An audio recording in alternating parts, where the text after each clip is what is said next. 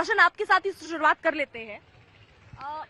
आज सर्वे क्योंकि देखिए समाप्त हो गया है, तीसरा दिन था, लेकिन समाप्त होते होते बड़ी बात सामने आई जो हिंदू पक्ष की तरफ से कहा गया कि एक शिवलिंग वहां पर मिला और उस शिवलिंग को लेकर कई दावे हो रहे हैं। आपके पास क्या ताजा अपडेट? जी देखिए, जैसा कि पहले बताया जा रहा था कि आज ये तीसरा दिन है सर्वे का और जो शिवलिंग मिला है, पहले उस स्थान को लेके हम लोग काफी कंफ्यूज थे कवर करने को लेके कि आखिर वो स्थान कौन सा बताया जाए।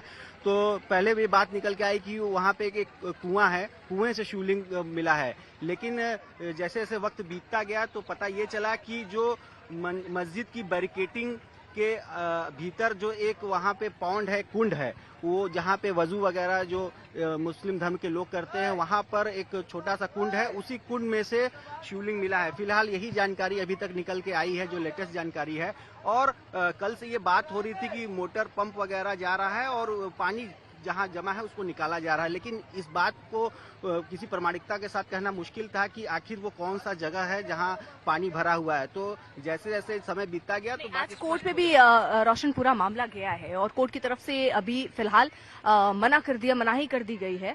20 लोगों को केवल एंट्री देने की बात है, तो क्या वो वाजू कर पाएंगे? मैं वहीं पे आ रहा हूं उसी बात पे कि जब ये बात कुएं से शुरू हुई और कुंड पे जाके खत्म हुई तो ये बात स्पष्ट हो गई कि ये कुंड में ही शिवलिंग मिला है। जिस भी तरह का शिवलिंग है वो अभी तक उसकी तस्वीरें भी, ये जो कुंड है ये मस्जिद के अंदर ही? जी बिल्कुल, ये मस्जिद के अंदर का कुंड बताया जा रहा है। जब वहाँ पे सफाई कर्मी वैसा ही कुंड या तालाब है, कोई जानकारी जैसा काशी विश्वनाथ मंदिर में एक तालाब, एक कुआं है, वैसा ही है वहाँ पर? नहीं, देखिए आमतौर पे जिस तरह के इस तरह के जो मुस्लिम धार्मिक स्थल होते हैं, एक पौंड होता है, कुंड होता है और वहीं पे वजू वगैरह करते हैं लोग, वहाँ पे हाथ। कितना गहरा होता है? तो देखिए बहुत ज्यादा गहराई तो नहीं है, लेकिन जब पानी वहाँ से निकाल, जैसा कि पता चल रहा है कि 20 से 25 फीट गहरा हो सकता है, लेकिन उसमें जब पानी भरा हुआ था तो जब वो पानी निकाला गया उसमें ये भी सुनने में आ रहा था कि वो उसमें मछलियां वगैरह भी थी।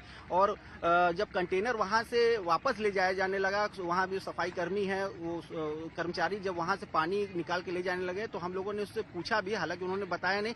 तो इस बात से अंदाजा लगाया जा रहा है कि मछलियां जो उस कुंड में, उस तालाब में थी, उनको निकाल के किसी सेफ जगह ले जाया गया है और साथ में वो पानी भी कुंड का है। तो जब ये चीजें मोटर पंप से वहाँ निकली हैं तब शिवलिंग वहाँ पर स्पष्ट तौर पर दिखाई पड़ा है। ठीक है, हमारे साथ विनोद जायसवाल है और देखिए इस वक्त सबके दिमाग में और सबके जहन में यही चल रहा है, आखिरकार क्या मिला। सर, जिस तरीके की बातें विनोद जी चल रही हैं, उस कुंड का जिक्र हो रहा है, उस कुंड के बारे में आप क्योंकि इतिहास को बहुत समझते और जानते हैं, जो कुंड जो भगवान शिव के लिए कहा जाता है कि उन्होंने उस कुंड का धरती पर लाए बनाया उन्होंने, तो वो जो कॉरिडोर है वहां वाला है या इस कुंड की बात? हिंदू पक्ष का दावा है, क्या है? देखिए मैडम, क्योंकि अभी बात ये हो रही थी कि हम एक साइंटिफिक मेथड के साथ काम करें, तो जीपीआर मेथड की इसमें बात आई जिसमें जो जियोलॉजिकल प्रिंटिंग मैपिंग रडार सर्वे होता है, उसके तहत ये बात आती है। उसमें बहुत एक कह दीजिए कि बक्से नुमा होता है, उसको हम लोग उसको चलाते हैं, जिसमें कि एक लाइनिंग होती है, वेब होते हैं, वेब के आधार पर हम लोग उसकी स्कैनिंग करते हैं कि नीचे क्या है। उसके तहत जो कि 12 फीट लगभग 8 इंच का शिवलिंग अभी जो मीडिया में दिखा रहा था, मैंने भी वहां पर देखा। और ये निश्चित रूप से है कि जो समय समय पर जो 500 वर्षों 1194 से लेकर 1708 वर्षों के इतिहास को देखे तो 500 वर्षों तक आक्रांता दुर्दांत तताई आते गए और उस क्रम में वो जो तोड़ते जा रहे थे उसमें कुंड में वो पड़ता चला जा रहा, जिसकी वजह से पट गया। जैसे भाई साहब ने कहा बहुत छोटा सा बचा हुआ है, तो उसमें पटा हुआ बहुत सारी सामग्रियां अभी आपको और भी मिलेंगी और भी हिंदू धर्म के तत्व मिलेंगे और भी पूरे तौर पे पुरातात्विक सामग्रियां मिलेंगी जो पुष्ट करेंगे कि वो हिंदू धर्म के साक्षात प्रमाणिक वस्तुएं हैं जो दिखेगी। और चूंकि मैं इतिहासविद हूँ, एक पुरातत्ववेत्ता होने के नाते मेरा कोई एक विशेष धर्म से लगा नहीं है, तो इस नाते वह सारी सामग्रियां कहीं न कहीं आके सबके समक्ष रख दी जाएंगी। जैसे अभी तक लोग विरोध कर रहे थे कि मैपिंग ना हो, हुआ, चीजें समझ आएगी। प्रत्यक्षम किम प्रमाणम, प्रमाण की क्या मतलब, उस पर क्या संशय करना है, तो सब कुछ आ जाएगा समझ, उसके लिए कोई चिंता करने की। ठीक है, अब आपका क्या है, क्योंकि आप कह रहे थे कि वहाँ जिस कल हम लोग बात कर रहे थे, इस पर चर्चा कर रहे थे कि ये शिवलिंग वहाँ नहीं मिलेगा, शिवलिंग नहीं है, इस तरह की कोई जानकारी आज जो कोर्ट की तरफ से कहा गया है उसको किस तरीके से देखते हो और हिंदू पक्ष के दावे को किस तरीके से देखते हो? वहाँ एक वर्ग विशेष की आबादी रही है, इस कारण से, और कोई स्पेसिफिक डिमार्केशन की अब तक कोई बात सामने नहीं आई।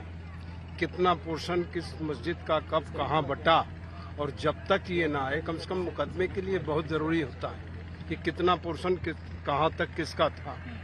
इसलिए केवल किसी एक मूर्ति के पास जाने से ये कह दिया जाए कि वो विशिष्ट भाग उनका था, या इनका नहीं, कोर्ट भी तो ये कह रहा है कि महत्वपूर्ण साक्ष्य है। कोर्ट जो कुछ भी कह रही है इस समय मैं कहना नहीं चाहता था, लेकिन अगर आप कहें तो इस समय कोई ओपिनियन एक्सप्रेस करने का पावर उनको भी नहीं है, ये आप जान लीजिए। कोर्ट को भी पावर नहीं है। किसी को इस समय ओपिनियन एक्सप्रेस करने का पावर नहीं होता है, क्योंकि ये बहुत स्पष्ट प्राविधान है, इसलिए मैं बोला, वरना ये भी नहीं बोलता। ये आप किसी से पूछिए। हम बधाई देते हैं अपने दोनों धर्म के लोगों को। जैसा कि कल तक जो माहौल बिगाड़ने की जो कोशिश की जा रही थी एक विशेष राजनीतिक दल के द्वारा, आज वो शिवलिंग बरामद हो जाने के बाद यह साबित हो गया कि जो उनके लिए आक्रांता और अतताई शब्द का प्रयोग किया जा रहा था, वहाँ सुरक्षित शिवलिंग है। तो इससे यह साबित हो गया कि उन लोगों ने भी शिव को वहाँ सुरक्षित रखा। तो इसलिए भविष्य में इस प्रकार की बयानबाजी से बचना चाहिए। और फिलहाल मामला न्यायपालिका के पाले में है। जब तक न्यायपालिका का कोई भी आदेश न आ जाए तब तक किसी के प्रति इस तरह के भड़काऊ भाषण नहीं दिए जाने चाहिए। किसके भड़काऊ भाषण है? ओवैसी के? चाहे दोनों धर्मों के लिए हमने कहा, दोनों ओवैसी जो बयान दे रहे हैं कि हम एक और मस्जिद नहीं खोएंगे और वो कह रहे हैं इंशाल्लाह इंशाल्लाह, आप किसको भड़काऊ मान रहे हैं? ओवैसी जी एकमात्र टीवी के नेता हैं। टीवी के नेता? टीवी के नेता हैं। जमीन के नेता उस समुदाय के लिए जो काम करते हैं, जनमानस उनको चुनती है। तो भड़काऊ बयान आप तो टीवी वालों को ही बोल रहे होंगे ना? हाँ, तो उनको इस समय देश की फिजा सही रखने के लिए अपने आप को विराम मुद्रा में रखना चाहिए। मामला चूंकि न्यायपालिका के पाले में है, न्यायपालिका का जब तक कोई स्पष्ट नहीं आ जाए, दोनों धर्म काशी में विशेष तौर पर गंगा जमुनी तहजीब और ताने बाने का शहर माना जाता है और शिवलिंग अगर वहाँ सुरक्षित है तो निश्चित तौर पर मैं पुनः अपने मुसलमान भाइयों का हार्दिक स्वागत और अभिनंदन करता हूं कि उन्होंने उस शिवलिंग को सुरक्षित वहां रखा, कोई छेड़छाड़ नहीं किया और वहां पर उनकी वजूद को रखा। अब कोर्ट निर्धारण करेगी कि वो स्थान किसका है। ठीक है, कोर्ट तो निर्धारण कर ही रही है। सर, मैं आपके पास आ जाती हूँ। राजेंद्र तिवारी जी हैं, महंत काशी विश्वनाथ मंदिर के। सर, जिस कुंड की बात हो रही थी, ज्ञानवापी कुंड, शिवलिंग जहाँ से मिला, तो ये क्या दावा, क्योंकि आप समझते होंगे, इसको बहुत अच्छे से जानते होंगे। दो चीजें हैं, ज्ञानवापी कुंड और मस्जिद के अंदर जो तालाब है, दोनों अलग अलग हैं। ज्ञानवापी कुंड तो अब तो अस्तित्व में नहीं रह गया है, अब ज्ञानवापी कूप केवल रह गया है, जो काशी खंड में उसका उद्धरण है, शिव पुराण में भी उसका उद्धरण है। वो जो ज्ञानवापी में कुआं है, उसको भगवान शंकर ने अपने हाथ से, अपने त्रिशूल से खोदा है, उसका ये उद्धरण मिलता है। ज्ञानवापी जो तालाब रहा है वो अब पट के अब पूरा प्लेन जमीन हो गया है। और दूसरी बात, जो आपने कहा कि मस्जिद के अंदर जो तालाब था, वो मस्जिद के अंदर तालाब जो था आज से नहीं है। जब से हम लोग बचपन में छोटे छोटे रहे तो खेलने भी जाया करते थे। और उस मस्जिद को ऐसा कुछ भरोसा था कि शिवलिंग के बारे में कहा था 20 फुट, इतनी बड़ी शिवलिंग? ऐसा है, वो शिवलिंग आप उसको मत कहिए। किसी भी पत्थर के स्तंभ को शिवलिंग कहना उचित नहीं है मेरे समझ से। मतलब आप ये कह रहे हो जब पत्थर तक मैं उसको देखूं नहीं तब तक मैं उसके बारे में। जो हिंदू पक्ष वो तो यही दावा कर रहा है कि शिवलिंग ही मिला है, क्योंकि वो व्यास बता रहे हैं, वो उनकी लंबाई नहीं बता रहे हैं। व्यास से हम शिवलिंग का निर्धारण नहीं होगा ना। शिवलिंग का तो हम जब देखेंगे तभी उसके शिवलिंग के बारे में हम स्पष्ट अपना कॉन्सेप्ट रख सकते हैं। तो एक बात बताइए, जहाँ तक काशी विश्वनाथ के शिवलिंग का सवाल है, जो आप ज्ञानवापी में जो विश्वनाथ मंदिर होने का जो आप ऐतिहासिक वो मान रही हैं, उस मंदिर का भी तमलिक नामा दारा सिको के नाम से के द्वारा दिया गया, हमारे पूर्वजों के नाम से है। आज भी मेरे पास मौजूद है, आज भी वो तमलिक नामा मेरे पास मौजूद है। जब वो मंदिर अपने अस्तित्व को खो रहा था, तभी वहां से शिवलिंग केवल हमारे पूर्वजों ने वहां से हटा के वर्तमान में जहां मंदिर है वहां पर ले जाकर स्थापित किया। और वो शिवलिंग आज भी पूजित है।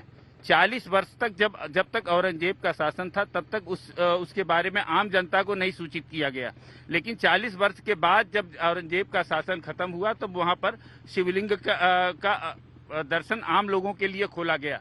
और अहिल्याबाई को उसके बाद स्वप्न हुआ, वो आई वहां पर, अहिल्याबाई ने विश्वनाथ मंदिर का जीर्णोद्धार कराया।